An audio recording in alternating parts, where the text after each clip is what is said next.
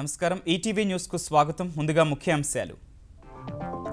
ఇంటింటికి అంతర్జాల సౌకర్యం కల్పించే దిశలో ఆంధ్రప్రదేశ్ ముందడుగు. నేడు విశాఖలో తొలి విడత ఫైబర్ గ్రిడ్ ను ప్రారంభించనున్న చంద్రబాబు. జంట నగరాల్లో ట్రాఫిక్ నియంత్రణకు తెలంగాణ సర్కారు మరో నిర్ణయం. మూసీ నదిపై 5,100 కోట్ల రూపాయలతో ఆకాశ మార్గం నిర్మించే యోచన.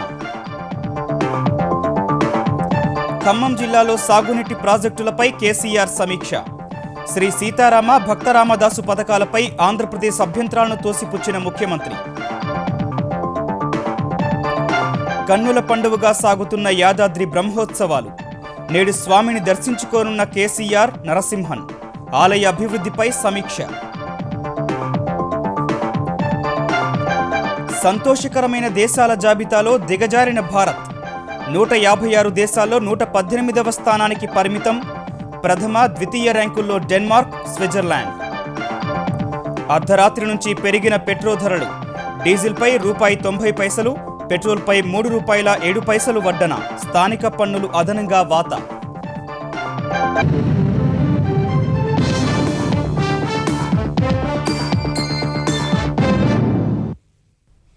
ఇంటింటికి అంతర్జాల సౌకర్యం కల్పించాలని ఆంధ్రప్రదేశ్ తలపెట్టిన ఆప్టికల్ ఫైబర్ గ్రిడ్ తొలి దశను ఇవాళ ప్రారంభించనున్నారు. ఉత్తరాంధ్రలో ప్రతి ఇంటికి అంతర్జాల సేవలు అందుబాటులోకి తెచ్చే ఫైబర్ గ్రిడ్ను ముఖ్యమంత్రి చంద్రబాబు ఇవాళ లాంఛనంగా ప్రారంభించనున్నారు. ఆప్టికల్ ఫైబర్ నెట్వర్క్ కింద ఇంటింటికి ఇంటర్నెట్ కల్పించిన తొలి రాష్ట్రంగా ఆంధ్రప్రదేశ్ నిలవనుంది. ఇంటింటికి బ్రాడ్బ్యాండ్ ఇంటర్నెట్, ఇతర సేవలు అందించేందుకు ఆంధ్రప్రదేశ్ సర్కార్ తలపెట్టిన ఏపీ ఫైబర్ నెట్ ఇవాళ ప్రారంభం కానుంది. ముఖ్యమంత్రి Chandrababu Cisco Systems executive chairman John Chambers తో కలిసి ఈ ఫైబర్ నెట్ ను ప్రారంభిస్తారు. విశాఖలో ప్రారంభించనున్న ఈ ఫైబర్ నెట్ ద్వారా ఉత్తరాంధ్ర జిల్లాలైన శ్రీకాకుళం, విజయనగరం, విశాఖ వాసులు అంతర్జాలం సౌకర్యాన్ని త్వరలోనే అందుకోనున్నారు. ఏజెన్సీ ప్రాంతంలోని 100 కిలోమీటర్లు మినహా ఉత్తరాంధ్రలోని 3 జిల్లాల పరిధిలో విద్యుత్ స్తంభాల మీదుగా ఆప్టిక్ ఫైబర్ కేబుల్, విద్యుత్ సబ్స్టేషన్లలో పరికరాల అమరిక దాదాపు పూర్తయింది. ఫైబర్ నెట్ ఇవాళ ప్రారంభమైన ఉత్తరాంధ్ర వాసులకు ఏప్రిల్ ఆఖరుకు సేవలు అందుబాటులోకి వస్తాయి. కేబుల్ ద్వారా ఉచిత ఛానళ్లు, 15 MBPS వేగంతో ఇంటర్నెట్, ఫోన్ సేవలు అందించేందుకు నెలకు ₹149 వసూలు చేయాలని ప్రాథమికంగా నిర్ణయించారు. ఏపీ ఫైబర్ నెట్ కార్యక్రమం విధి విధానాలపై చర్చించేందుకు ప్రభుత్వం తరఫున ఆంధ్రప్రదేశ్ రాష్ట్ర ఫైబర్ నెట్ లిమిటెడ్ APSLF తమ మద్దతు కూడా ప్రకటించింది. రాష్ట్ర వ్యాప్తంగా ఇప్పటి వరకు 9,000 కిలోమీటర్ల పొడవైన ఆప్టికల్ ఫైబర్ కేబుల్స్ వేయగా స్థానికంగా ఉన్న MSOలు, ఇంటర్నెట్ సర్వీస్ ప్రొవైడర్లు తదితరుల భాగస్వామ్యంతో తొలి దశలో ఉత్తరాంధ్ర ప్రజలకు అంతర్జాలం వెసులుబాటును సర్కారు కల్పించనుంది. మలి దశలో కేబుల్ టీవీ, టెలిఫోన్ సౌకర్యం కల్పిస్తారు. పట్టణ, పల్లె ప్రజలందరికీ అతి తక్కువ ధరకే అంతర్జాలం, కేబుల్ టీవీ, టెలిఫోన్ సౌకర్యం కల్పించే లక్ష్యంతో చంద్రబాబు ప్రభుత్వం ఈ ఆప్టికల్ ఫైబర్ గ్రిడ్ ప్రాజెక్టును చేపట్టింది. ఉత్తరాంధ్ర 3 జిల్లాల్లోని 279 సబ్స్టేషన్లలో ఏర్పాటు చేసిన గ్రిడ్ల నుంచి ప్రతి ఇంటికి కనెక్షన్లు తీసుకెళ్లనున్నారు. దశల వారీగా రాష్ట్రం మొత్తం మీద 23,000 కిలోమీటర్ల మేర విద్యుత్ స్తంభాల ద్వారా కేబుల్ వేయనున్నారు. 2,449 సబ్స్టేషన్ల ద్వారా ఇళ్లకు కనెక్షన్లు ఇచ్చే ఏర్పాట్లు చేయనున్నారు. అనంతపురం, కర్నూలు, కడప జిల్లాల్లో కేబుల్ ఏర్పాటు పని చురుగ్గా సాగుతుండగా 330 కోట్ల రూపాయల వ్యయంతో చేపట్టిన ఈ ప్రాజెక్టు జూన్ నాటికి పూర్తి చేయాలని ప్రభుత్వం భావిస్తోంది. జంట నగరాల్లో ట్రాఫిక్ సమస్యను పరిష్కరించే ఉద్దేశంతో ప్రతిపాదించిన తూర్పు, పశ్చిమ కారిడార్కు నిధుల సేకరణపై తెలంగాణ ప్రభుత్వం కసరత్తు ముమ్మరం చేసింది. ఈ మేరకు నాగోల్, మంచిరేవుల మధ్య 41.17 కిలోమీటర్ల ఆకాశ మార్గం నిర్మాణానికి 5,916 కోట్ల రూపాయలు అవసరమని అంచనా వేసిన తెలంగాణ సర్కారు ఈ మొత్తాన్ని ఆర్థిక సంస్థల నుంచి రుణాలు తీసుకోవడం లేదంటే ప్రభుత్వ, ప్రైవేటు భాగస్వామ్యంలో చేపట్టాలని భావిస్తోంది. ఈ ప్రాజెక్టు పూర్తయితే గంటకు 80 కిలోమీటర్ల వేగంతో ప్రయాణించే అవకాశం కలుగుతుందని అంచనాకు వచ్చిన తెలంగాణ ప్రభుత్వం మూసీ సుందరీకరణ ప్రక్రియపై కూడా దృష్టి సారించవచ్చనే అభిప్రాయానికి వచ్చింది. ఈ ప్రాజెక్టుపై స్టుప్ అనే సంస్థ ఇప్పటికే బల్దియాకు నివేదిక సమర్పించగా బాహ్య వలయ రహదారిపై తారామతిపేట నుంచి బాచారం, ప్రతాప్ సింగారం కాజ్వే, ముత్యాలమ్మగూడ, మర్రెపల్లి, ఉప్పల్ హిల్స్ కాలనీ మీదుగా నాగోల్ వరకు 6 లైన్ల రేడియల్ రోడ్డు నిర్మిస్తారు.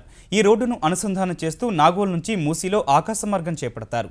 ఈ ఆకాశ మార్గానికి 10 చోట్ల అంతర్గత జంక్షన్లు ఏర్పాటు చేసి ఆయా ప్రాంతాలను అనుసంధానించే విధంగా ప్రాజెక్టు రూపకల్పన చేశారు. సేంద్రియ ఎరువుల ఉత్పత్తి దిశలో హైదరాబాద్ మహానగర పాలక సంస్థ ముందడుగు వేసింది. జంట నగరాల్లోని పార్కులు, గృహ సముదాయాల నుంచి వస్తున్న చెత్తను సేంద్రియ ఎరువుగా మార్చుతున్న మైసూర్ నగరపాలక సంస్థ విధానాన్ని చేపట్టింది. ఇందుకోసం నగరంలోని పార్కుల్లో కంపోస్టు తయారు చేసేందుకు అనువుగా ఉన్న 12 ప్రధాన కేంద్రాలను గుర్తించింది. మొత్తం 1244 ఉద్యానవనాలుంటే ఇందులో 12 ప్రధాన పార్కులు, 17 థీమ్ పార్కులు, 11 బయోడైవర్సిటీ పార్కులు, 773 కాలనీ పార్కులు, 428 ట్రీ పార్కుల నుంచి వచ్చే చెత్తను జీహెచ్ఎంసీ జవహర్ నగర్ డంపింగ్ యార్డుకు పంపిస్తోంది. ఈ వ్యర్థాల నుంచే సేంద్రియ ఎరువులు తయారు చేయాలని నిర్ణయించిన జీహెచ్ఎంసీ 12 ప్రధాన కేంద్రాల్లో సేంద్రియ ఎరువుల ఉత్పత్తికి ఏర్పాట్లు చేస్తోంది. ఈ ప్రక్రియ ద్వారా రవాణా ఖర్చుల్లో భారీగా ఆదా కావడమే కాకుండా కంపోస్ట్ ఎరువుల ద్వారా ఆదాయం పెరుగుతుందని భావిస్తోంది.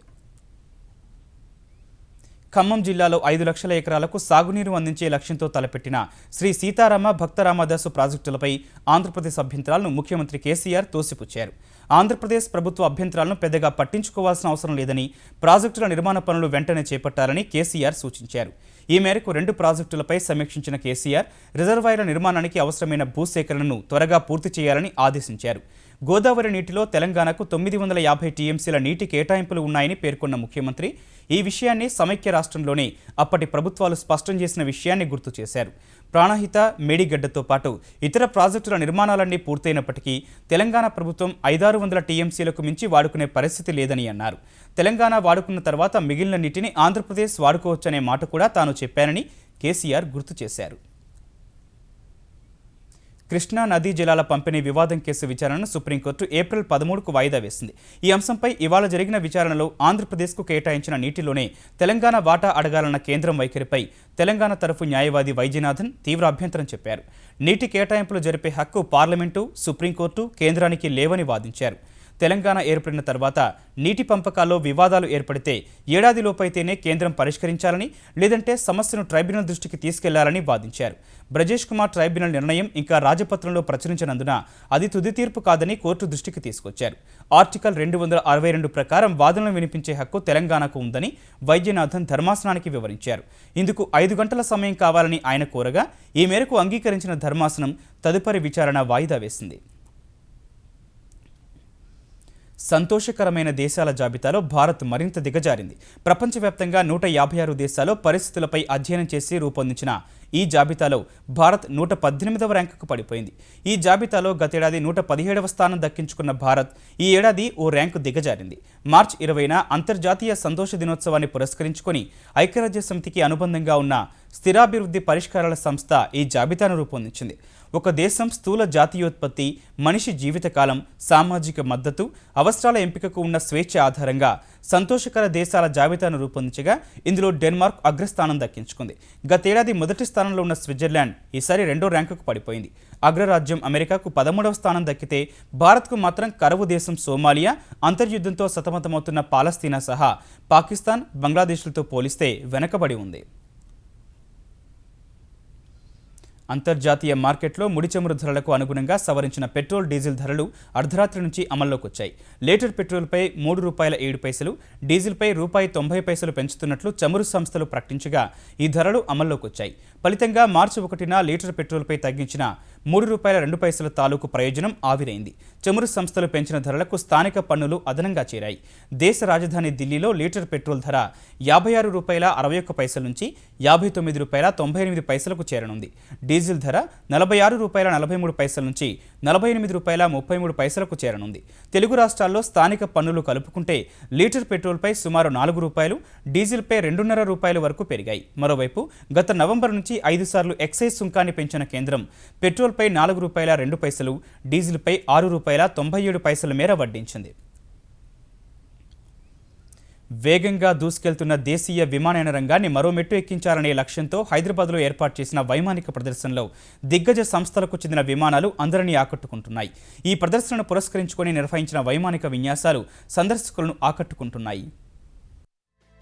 భారత్లో పౌర విమానయాన రంగాన్ని అభివృద్ధి చేసే లక్ష్యంతో కేంద్రం ఫిక్కీతో కలిసి హైదరాబాద్ బేగంపేటలో ఏర్పాటు చేసిన 2016 ఇండియా ఏవియేషన్ ప్రదర్శనకు తొలి రోజే అనూహ్య స్పందన లభించింది. 25 దేశాలకు చెందిన 200 మంది ప్రతినిధులు ప్రదర్శనకు రాగా 29 అధునాతన విమానాలు ఇక్కడ కొలువుదీరాయి.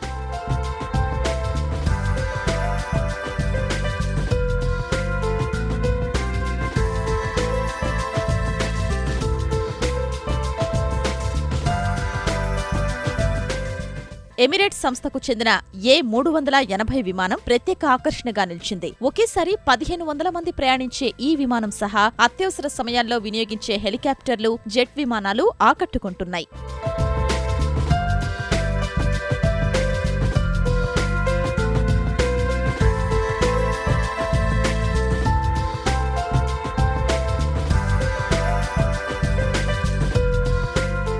సామాన్యుడి హెలికాప్టర్గా గుర్తింపు పొందిన ఫారాసూట్ సందర్శకుల్ని అలరిస్తుండగా మార్క్ జఫ్రీస్ జెట్ విమానాలతో నిర్వహించిన విన్యాసాలు ఆకట్టుకున్నాయి.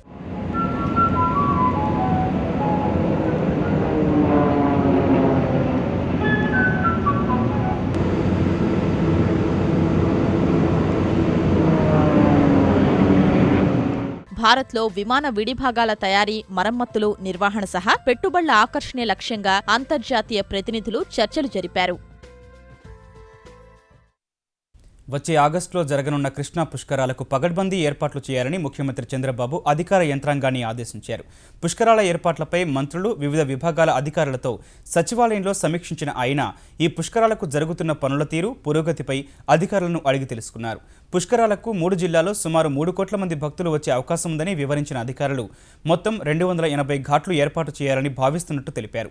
ఒక్క కృష్ణా జిల్లాలోనే 2400 వరకు బస్సులు నడిపేందుకు ఏర్పాట్లు చేశామని, ప్రతి జిల్లా నుంచి 200 బస్సులు నడుపుతామని రవాణా అధికారులు తెలిపారు. అన్ని అంశాలు పరిశీలించిన ముఖ్యమంత్రి వచ్చే నెల 18న మరోసారి సమీక్షిస్తానని తెలిపారు. ఇదే సమయంలో పుష్కరాలను ఘనంగా నిర్వహిస్తూనే కరువు నివారణకు ప్రభుత్వం తీసుకుంటున్న చర్యలు, జల సంరక్షణపై ఆయా ప్రాంతాల్లో అవగాహన కార్యక్రమాలు చేపట్టాలని చంద్రబాబు అధికారులకు సూచించారు. యాదాద్రి లక్ష్మీ నరసింహస్వామి బ్రహ్మోత్సవాలు కన్నుల పండుగగా సాగుతున్నాయి. ఈ ఉత్సవాల్లో భాగంగా స్వామివారు రాత్రి జగన్మోహిని అవతారంలో భక్తులకు దర్శనమిచ్చారు. ఈ ఉత్సవాల్లో ఇవాళ కళ్యాణోత్సవం నిర్వహించనున్నారు. ఈ వేడుకకు హాజరు కానున్న ముఖ్యమంత్రి కేసీఆర్ దంపతులు స్వామికి పట్టు వస్త్రాలు, ముత్యాల తలంబ్రాలు సమర్పించనున్నారు. అనంతరం కేసీఆర్ యాదాద్రి క్షేత్ర విస్తరణ, అభివృద్ధి పనులపై సమీక్షించనున్నారు. గవర్నర్ నరసింహన్ దంపతులు కూడా రాత్రి జరిగే కళ్యాణ మహోత్సవంలో పాల్గొంటారు. ముఖ్యమంత్రి, గవర్నర్ హాజరైనప్పటికీ బ్రహ్మోత్సవాల్లో పాల్గొనే భక్తులకు ఎలాంటి ఇబ్బంది కలగకుండా చర్యలు తీసుకున్నట్లు యాదాద్రి ఆలయ కార్యనిర్వహణాధికారిణి గీతారెడ్డి తెలిపారు. వారి కళ్యాణానికి రాష్ట్ర ముఖ్యమంత్రి గారు పట్టు వస్త్రాలు సమర్పించనున్నారు. అందుకు కావాల్సిన ఏర్పాట్లన్నీ కూడా మేము పూర్తి చేయడం జరిగింది. సెక్యూరిటీ పాయింట్ ఆఫ్ వ్యూలోను, తర్వాత అందరికీ భక్తులెవరికి కూడా ఇబ్బంది కలగకుండా దర్శనాలన్నీ కూడా పశ్చిమ వైపు నుండి జరగనున్నాయి. ముఖ్యమంత్రి గారి రాక సందర్భంగా కూడా ఎలాంటి ఇబ్బంది ఎవరికి కూడా ఉండకుండా స్వామివారి దర్శనం అందరికీ కలిగించేలాగా మేము ఏర్పాట్లు చేసి ఉన్నాము. మనీ లాండరింగ్ నిరోధక చట్టం కింద విచారణ ఎదుర్కొంటున్న దాల్మియా సిమెంట్స్ ఎండీ పునీత్ దాల్మియాపై ఉమ్మడి హైకోర్టు చురకలు వేసింది. వైకాపా అధినేత వైఎస్ జగన్మోహన్ రెడ్డి అక్రమాస్తుల కేసులో ఎన్ఫోర్స్మెంట్ డైరెక్టరేట్ జారీ చేసిన సమన్లను రద్దు చేయాలని దాల్మియా దాఖలు చేసిన వ్యాజ్యంపై హైకోర్టు విచారణ జరిపింది. విచారణకు సహకరించబోనంటే ఎలా అని న్యాయస్థానం దాల్మియాను ప్రశ్నించింది. కేసు నమోదు చేసినప్పుడు న్యాయస్థానానికి హాజరై విచారణకు సహకరించాలని సూచించింది. విచారణ హాజరుకు దాల్మియా తరఫు న్యాయవాదులు అంగీకరించగా ఈ మేరకు మధ్యంతర ఉత్తర్వులు జారీ చేసిన హైకోర్టు తదుపరి విచారణను ఏప్రిల్ 1కి వాయిదా వేసింది. తెలుగు రాష్ట్రాల వార్తలు ఇప్పుడు సంక్షిప్తంగా చూద్దాం.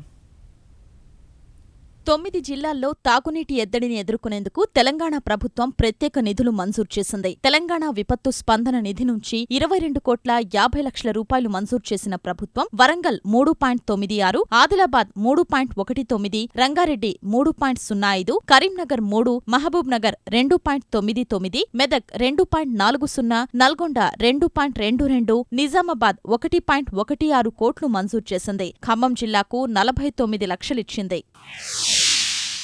తెలంగాణ జిల్లాల్లోని ప్రభుత్వ ఆసుపత్రుల్లో అత్యవసర విభాగాలు ఏర్పాటు చేస్తామని చెప్పిన తెరాస సర్కార్ ఈ దిశలో చేపట్టిన కార్యాచరణ అమల్లోకి తెస్తోంది. ఈ మేరకు కరీంనగర్ జిల్లా ఆసుపత్రిలో 2 కోట్ల రూపాయలు ఖర్చు చేసి ఏర్పాటు చేసిన అత్యవసర సేవా విభాగాన్ని తెలంగాణ వైద్యారోగ్య శాఖ మంత్రి లక్ష్మారెడ్డి, సాగునీటి శాఖ మంత్రి హరీష్ రావు ఇవాళ ప్రారంభించనున్నారు. ఆదిలాబాద్ జిల్లాలో నిర్మల్ నియోజకవర్గంలోని స్వర్ణ నదిపై ఆలూరు, థాంసీ, సాకెర వద్ద 15,96,00,000 రూపాయలతో నిర్మించే చెక్ డ్యాంలు, వరంగల్ జిల్లా మరిపెడ మండలంలో ధరావత్ తండా వాగు, మొల్లమర్రి వాగు, అమ్రవాగులపై 28,60,00,000 రూపాయలతో చెక్ డ్యాంలు నిర్మించేందుకు తెలంగాణ సర్కార్ అనుమతులు మంజూరు చేశారు. మిషన్ కాకతీయ కింద 9 జిల్లాల్లో 350 కోట్ల రూపాయలతో 1,146 చెరువుల పునరుద్ధరణకు పరిపాలనా అనుమతులిచ్చింది. ఆంధ్రప్రదేశ్ గృహ నిర్మాణ సంస్థ కాలుష్య నియంత్రణ మండలీలకు చెందిన డిపాజిట్ల గల్లంతు కేసులో ఏపీ సీఐడీ మరో ముగ్గురిని అరెస్ట్ చేసింది. తిరుపతికి చెందిన పెనగలూరు సుబ్రహ్మణ్యం, కడప జిల్లా రాజంపేటకు చెందిన భారతల నారాయణ, కడపకు చెందిన బత్తల శ్రీనివాసుల్ని అరెస్ట్ చేసినట్లు సీఐడీ చీఫ్ ద్వారకా తిరుమలరావు తెలిపారు. ఈ ముగ్గురు చెన్నైకి చెందిన విజయ్ ఆకాష్తో కుట్ర పన్ని నిధులు కాజేశారని వివరించారు. వేసవిలో ప్రయాణికుల రద్దీని దృష్టిలో పెట్టుకుని తిరుపతి సికింద్రాబాద్ కాకినాడ తిరుపతి మధ్య ప్రత్యేక రైళ్లు నడుపుతున్నట్లు దక్షిణ మధ్య రైల్వే తెలిపింది. ఈ నెల 23న రాత్రి 7 గంటలకు తిరుపతి నుంచి సికింద్రాబాద్, 24న రాత్రి 7 గంటల 15 నిమిషాలకు సికింద్రాబాద్ నుంచి కాకినాడ, 25 సాయంత్రం 4 గంటల 45 నిమిషాలకు కాకినాడ నుంచి తిరుపతికి రైళ్లు బయలుదేరుతాయి. 17న సాయంత్రం 5 గంటల 30 నిమిషాలకు విజయవాడ నుంచి నిజాముద్దీన్కు ప్రత్యేక రైలు బయలుదేరనుంది. రాజ్యసభ మాజీ సభ్యుడు రుమాండ్ల రామచంద్రయ్య కన్నుమూశారు. రహదారి ప్రమాదంలో గాయపడి హైదరాబాద్లోని ఓ ప్రైవేట్ ఆసుపత్రిలో చికిత్స పొందుతూ గత రాత్రి ఆయన తుదిశ్వాస విడిచారు. తెలుగుదేశం ఆవిర్భావం నుంచి రాజకీయాల్లో క్రియాశీలక పాత్ర పోషించిన రుమాండ్ల 1996 నుంచి 2001 వరకు రాజ్యసభ సభ్యుడిగా కొనసాగారు. తెలంగాణలో 332 కానిస్టేబుళ్ల పోస్టుల కోసం 27,367 మంది దరఖాస్తు చేసుకున్నారు. ఈ నెల 15తో దరఖాస్తుల స్వీకరణకు గడువు ముగియగా తెలంగాణ రాష్ట్ర స్థాయి పోలీస్ రిక్రూట్మెంట్ బోర్డు ఈ వివరాలు వెల్లడించింది. 27,367 మందిలో 25,808 మంది పురుషులు, 1,559 మంది మహిళలు దరఖాస్తు చేసుకున్నారు. ఆన్లైన్ దరఖాస్తు సమర్పించే సమయంలో సాంకేతిక కారణాల వల్ల సంతకంతో కూడిన ఫోటో అప్లోడ్ చేయలేకపోయిన వారికి ఈ నెల 21 నుంచి 26 వరకు అవకాశం కల్పించారు. ఫోటో అప్లోడ్ చేసే అభ్యర్థులు ముందుగా support@tslprb.in వెబ్సైట్కు సందేశం పంపాల్సి ఉంటుంది. పేరు, జనన ధృవీకరణ పత్రం, తండ్రి పేరు వంటి వాటిలో మార్పులు చేయడానికి వీల్లేదని తెలంగాణ రాష్ట్ర స్థాయి police recruitment board chairman Purnachandra Rao ఓ ప్రకటనలో తెలిపారు. తెలంగాణలోని దేవాదాయ ధర్మాదాయ శాఖ అర్చక ఉద్యోగులకు ట్రెజరీ ద్వారా 101 పద్దు కింద జీతాలు ఇవ్వడం కుదరదని ప్రభుత్వం శాసనసభలో ప్రకటించిన వేళ దేవాలయాల అర్చక ఉద్యోగులు ఆందోళనకు సిద్ధమవుతున్నారు. ముఖ్యమంత్రి కేసీఆర్ సహా దేవాదాయ శాఖ మంత్రి ఇంద్రకరణ్ రెడ్డి గతంలో అనేక పర్యాయాల్లో హామీ ఇచ్చి మోసం చేశారంటూ అర్చకులు ఆగ్రహం వ్యక్తం చేశారు. మరోవైపు ఆలయ అర్చక ఉద్యోగుల సమస్యలను శాసనసభ సమావేశాల్లో ప్రస్తావించానని, అయినా ప్రభుత్వం స్పందించలేదన్న భాజపా శాసనసభ పక్షనేత లక్ష్మణ్ అర్చకుల సమస్యలపై శాసనసభలో పోరాడతానని చెప్పారు. ఖచ్చితంగా ఇవాళ భారతీయ జనతా పార్టీ శాసనసభ్యునిగా మీ అందరి యొక్క దీవెనతోని ఆశీర్వాదంతోని మీకు ఈ ట్రెజరీ ద్వారా ఈ ప్రభుత్వం మెడలు వంచి ఆ యొక్క 010 ట్రెజరీ ద్వారా జీతాలు ఇప్పించే ప్రయత్నానికి ఏ మాత్రం కూడా వెనుకంజ వేసేలేదని, రాజ్యపడే ప్రసక్తి లేదని తెలియజేస్తూ, లేదా ట్రెజరీతో సమానమైన సంస్థల వాళ్ళు కోరుకున్నట్టుగా మీరు మాట ఇచ్చినట్టుగా ఈ యొక్క జీతభత్యాలు వర్తింప చేయాలని. తెలంగాణ ప్రభుత్వం తీసుకుంటున్న విప్లవాత్మకమైన నిర్ణయాలతో పారిశ్రామిక రంగం గణనీయమైన వృద్ధి సాధిస్తోందని భారత పరిశ్రమల సమాఖ్య సిఐఐ ప్రతినిధులు అభిప్రాయపడ్డారు. ఈ మేరకు హైదరాబాద్లో సిఐఐ తెలంగాణ శాఖ ఏర్పాటు చేసిన వార్షిక సదస్సులో పాల్గొన్న అధికారులు, వ్యాపారవేత్తలు భవిష్యత్ వృద్ధిపై విశ్వాసం వ్యక్తం చేశారు. యువ పారిశ్రామికవేత్తలను ప్రోత్సహించడమే లక్ష్యంగా ప్రభుత్వం ఏర్పాటు చేసిన టీ హబ్ విస్తరణకు చర్యలు తీసుకుంటున్నట్లు సమావేశంలో పాల్గొన్న ఐటీ కార్యదర్శి జయేష్ రంజన్ వెల్లడించారు. అనంతరం హరితహారం కార్యక్రమం కోసం ప్రభుత్వంతో ఒప్పందం కుదుర్చుకున్న సిఐఐ ఇందులో భాగంగా 25 లక్షల మొక్కలు నాటనున్నట్లు ప్రకటించింది.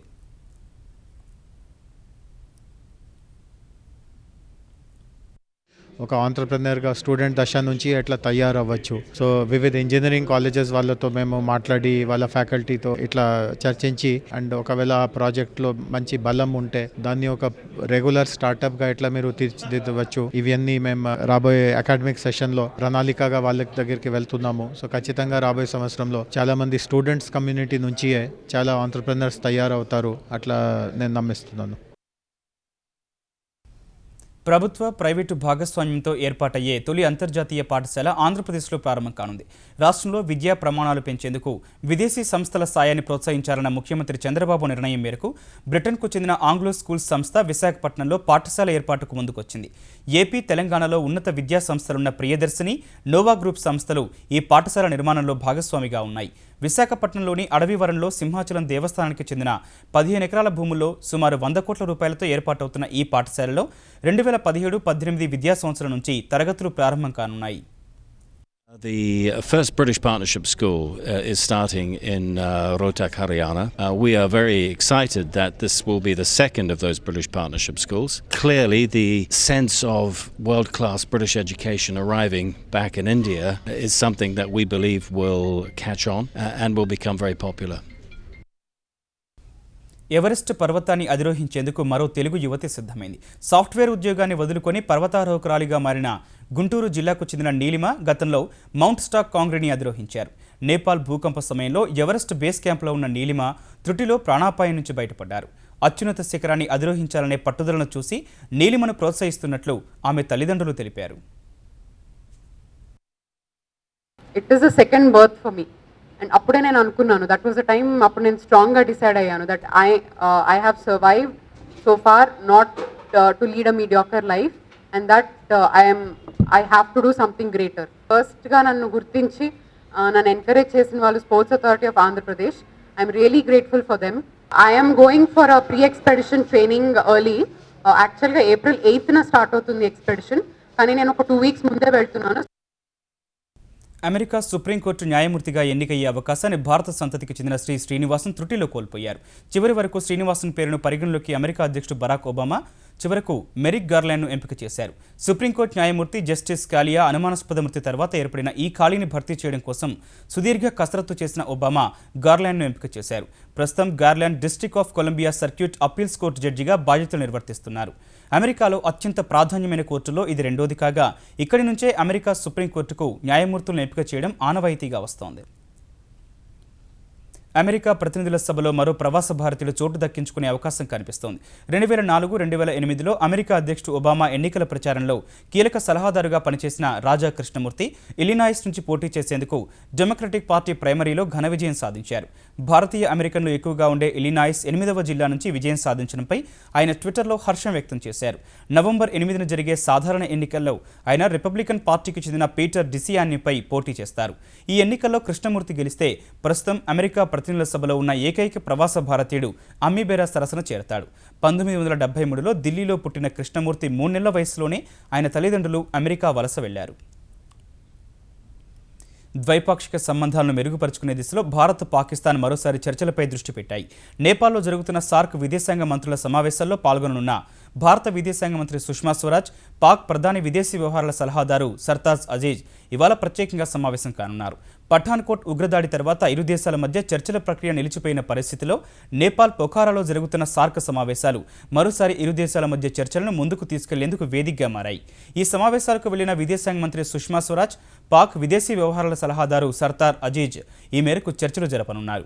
ఈ భేటీలోనే పాక్లో జరిగే 19వ సార్క్ శిఖరాగ్ర సదస్సుకు ప్రధాని నరేంద్ర మోదీని సర్తాజ్ అధికారికంగా ఆహ్వానించనున్నారు. ఈ భేటీలో ఇతర కీలక అంశాలు చర్చకొస్తాయని భావిస్తుండగా పఠాన్కోట్ దాడి సహా అన్ని అంశాలపై చర్చలకు తాము సిద్ధంగా ఉన్నట్లు సర్తాజ్ చెప్పారు. భారత్లో క్షిపణుల తయారీని రెట్టింపు చేయాలని రక్షణ శాఖ యోచిస్తోంది. ప్రస్తుతం బీడీఎల్ ప్రతి నెల 50 నుంచి 60 ఆకా క్షిపణులను తయారు చేస్తోందని వెల్లడించిన డిఆర్డీఎల్ డైరెక్టర్ కె జయరామన్ ఇకపై నెలకు 100 క్షిపణులు ఉత్పత్తి చేయాలని కేంద్ర ప్రభుత్వం సూచించినట్లు హైదరాబాద్లో తెలిపారు. ఈ మేరకు ఉత్పత్తిని పెంచడంలో పరిశ్రమ వర్గాలు భాగస్వాములు కావాల్సిన అవసరం ఉందని, ఇన్నోవేషన్, ఎంటర్‌ప్రెన్యూర్‌షిప్ అంశాల్లో తెలంగాణ పురోగమిస్తోందనే అంశంపై హైదరాబాద్లో సిఐఏ నిర్వహించిన సదస్సులో వివరించారు. దక్షిణ అమెరికా, వియత్నాం, మలేషియా, సింగపూర్ వంటి దేశాలు ఆకాష్, బ్రహ్మోస్ క్షిపణులను కొనుగోలు చేసేందుకు ఆసక్తి చూపుతున్నాయని వెల్లడించారు. ఫలితంగా కేంద్ర ప్రభుత్వం క్షిపణుల ఎగుమతికి అవసరమైన విధానాన్ని రూపొందించే పనిలో నిమగ్నమైందని చెప్పారు. హర్యానా రోహ్తక్లో జాతీయ స్థాయి కబడ్డీ ఆటగాన్ని పట్టపగలే కాల్చి చంపడం కలకలం రేపింది. రిథల్ గ్రామానికి చెందిన 24 ఏళ్ల సుఖ్వీందర్ సింగ్ గత సాయంత్రం కబడ్డీ సాధన తర్వాత ఇంటికి వెళ్తుండగా స్కూటర్పై వచ్చిన 2 దుండగులు అతడిపై కాల్పులకు తెగబడ్డారు.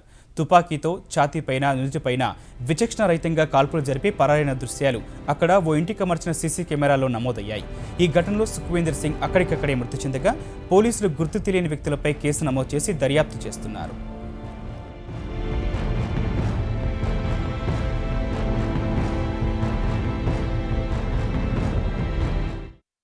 ఈటీవీ న్యూస్ సమాప్తం. నమస్కారం.